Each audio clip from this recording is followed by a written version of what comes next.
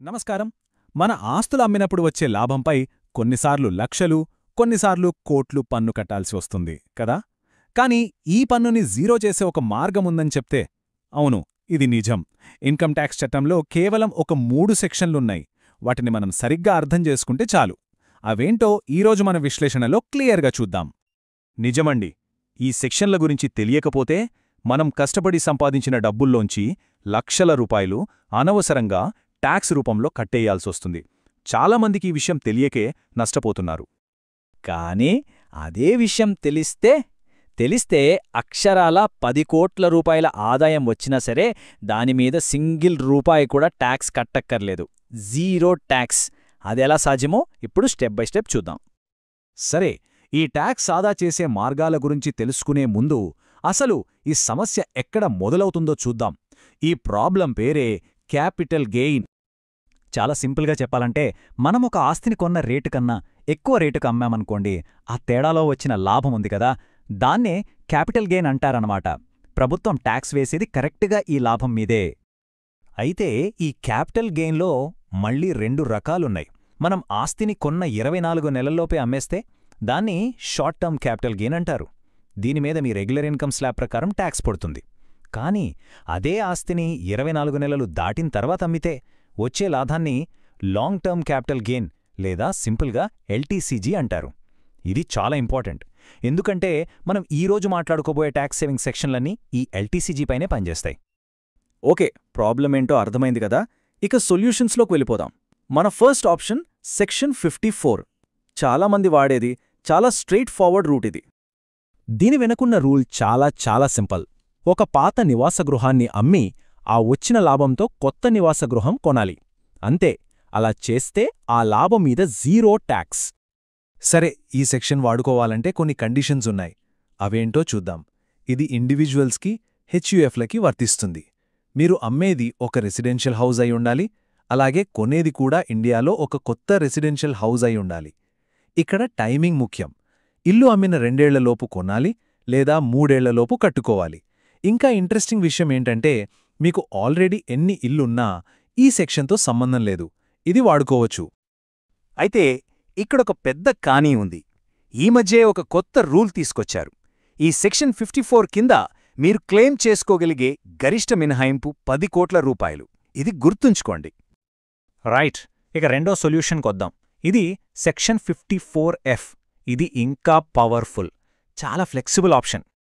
ఈ సెక్షన్ ఏం చెబుతోందంటే మీరు ఇల్లు కాకుండా వేరే ఆస్తులు అంటే భూమి, బంగారం, షేర్లు, కమర్షియల్ ప్రాపర్టీ లాంటివి అమ్మి ఆ వచ్చిన డబ్బుతో ఒక రెసిడెన్షియల్ హౌస్ కొంటే మీ క్యాపిటల్ గెయిన్ మీద ట్యాక్స్ కట్టక్కర్లేదు. ఇక్కడొక చాలా ముఖ్యమైన రూల్ ఉంది. ఇది అస్సలు మర్చిపోవద్దు. మీరు ఈ సెక్షన్ 54F వాడుకోవాలంటే మీ పాత ఆస్తి అమ్మే రోజుకి మీ పేరు మీద ఒకే ఒక్క ఇల్లు మాత్రమే ఉండాలి. ఒక్కదానికన్నా ఎక్కువ ఉంటే మీరు అనర్హులు. ఇంకో కీలకమైన పాయింట్, పూర్తి ట్యాక్స్ మినహాయింపు కావాలంటే కేవలం లాభాన్ని కాదు, ఆస్తి అమ్మగా వచ్చిన మొత్తం డబ్బుని కొత్త ఇంట్లో ఇన్వెస్ట్ చేయాలి. సెక్షన్ 54 లాగే ఈ సెక్షన్ 54F కింద కూడా మ్యాక్సిమం ఎగ్జంప్షన్ లిమిట్ 10 కోట్ల రూపాయలే. సరే, కొంతమందికి మళ్ళీ ఇల్లు కొనడం ఇష్టముండదు. నాకు ఇల్లు వద్దు, వేరే ఆప్షన్ లేదా అని అనుకుంటారు కదా.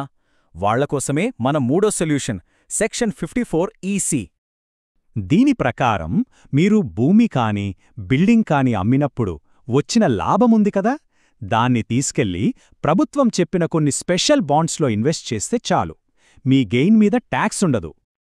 ఈ బెనిఫిట్ పొందాలంటే ఆస్తి అమ్మిన 6 నెలల్లోపు NHAI అంటే national highways authority of India లేదా REC లాంటి ప్రభుత్వ సంస్థలిచ్చే క్యాపిటల్ గెయిన్ బాండ్స్లో ఇన్వెస్ట్ చేయాలి.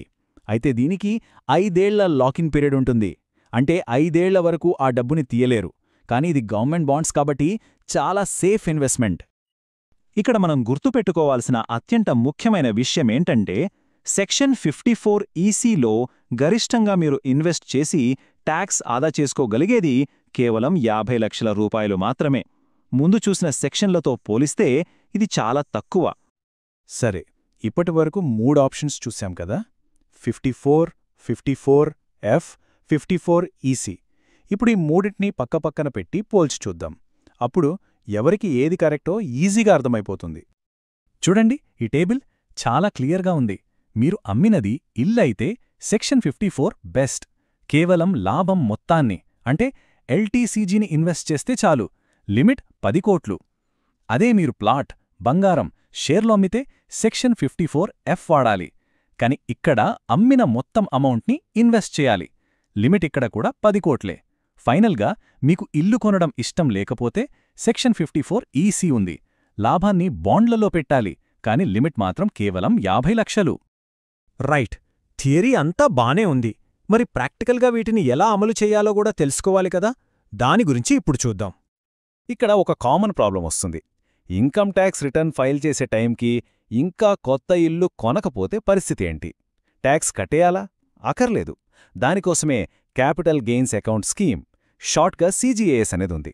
మనం చేయాల్సిందేంటంటే ముందుగా వచ్చిన లాభాన్ని ఈ CGAS అకౌంట్లో డిపాజిట్ చేయాలి. తర్వాత మన ట్యాక్స్ రిటర్న్లో ఎగ్జంప్షన్ క్లెయిమ్ చేసుకోవచ్చు. ఆ తర్వాత ప్రభుత్వం ఇచ్చిన టైంలోపు అంటే 2 ఏళ్ళు లేదా 3 ఏళ్ల లోపు ఈ అకౌంట్ నుంచి డబ్బు తీసి కొత్త ఇల్లు కనుక్కోవచ్చు. చాలా సింపుల్. ఇక డాక్యుమెంట్స్ విషయం, మీ క్లెయిమ్ని ప్రూవ్ చేసుకోవడానికి ఇవి చాలా అవసరం. పాత, కొత్త ఆస్తుల సేల్ డీడ్స్, పేమెంట్స్ చేసిన బ్యాంక్ స్టేట్మెంట్స్, ఒకవేళ వాడితే CGAS డిపాజిట్ స్లిప్ లేదా 54EC బాండ్ సర్టిఫికేట్, మీ ITR ఫైల్ కాపీ, ఇవన్నీ ఒక ఫైల్లో చాలా జాగ్రత్తగా పెట్టుకోవాలి. ఇవి మన రక్షణ కవచం లాంటివి. సో చూశారు కదా, సరైన నాలెడ్జ్, కరెక్ట్ ప్లానింగ్ ఉంటే అక్షరాల 10 కోట్ల రూపాయల లాభం వచ్చినా దానిమీద ట్యాక్స్ 0 చేసుకోవచ్చు. గుర్తుంచుకోండి, డబ్బు సంపాదించడం ఒక ఎత్తైతే సంపాదించిన దాన్ని కాపాడుకోవడం అంతకన్నా ముఖ్యం. ఈరోజు ఈ విశ్లేషణలో మీకు చాలా విలువైన సమాచారం దొరికిందని ఆశిస్తున్నాను. ఈ ఇన్ఫర్మేషన్ మీకు ఉపయోగపడింది అనిపిస్తే తప్పకుండా దీన్ని లైక్ చేసి మీ ఫ్రెండ్స్ అండ్ ఫ్యామిలీతో షేర్ చేయండి. ఎందుకంటే ఈ నాలెడ్జ్ ఎవరికో ఒకరికి లక్షల రూపాయలు ఆదా చేయొచ్చు. ఇలాంటి మరిన్ని ఫైనాన్షియల్ టాపిక్స్ కోసం మన ఛానల్కి సబ్స్క్రైబ్ చేసుకోండి. ధన్యవాదాలు.